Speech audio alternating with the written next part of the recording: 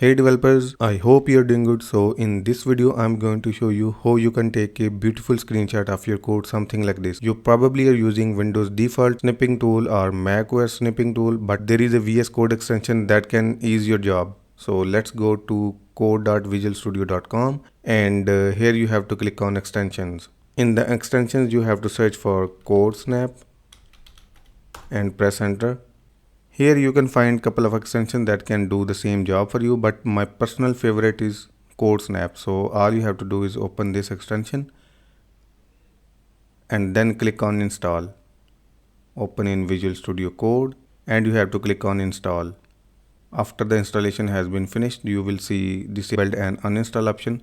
So let me explain how you can use this extension. So let's close this extension tab and here all you have to do is to select a piece of code, something like this, and right click, and then you have to find CodeSnap and click on that.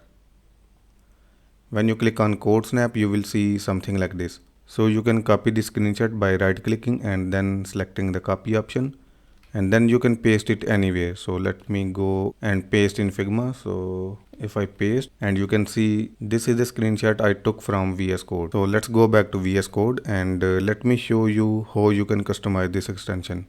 So let's go to extensions. Here you have to find CodeSnap. Here you have to click on settings icon and you have to select the settings option. Here are all the options that you can customize. So let me decrease this padding to 1 EM, and you can also change the shutter icon. So let me change the shutter icon to save.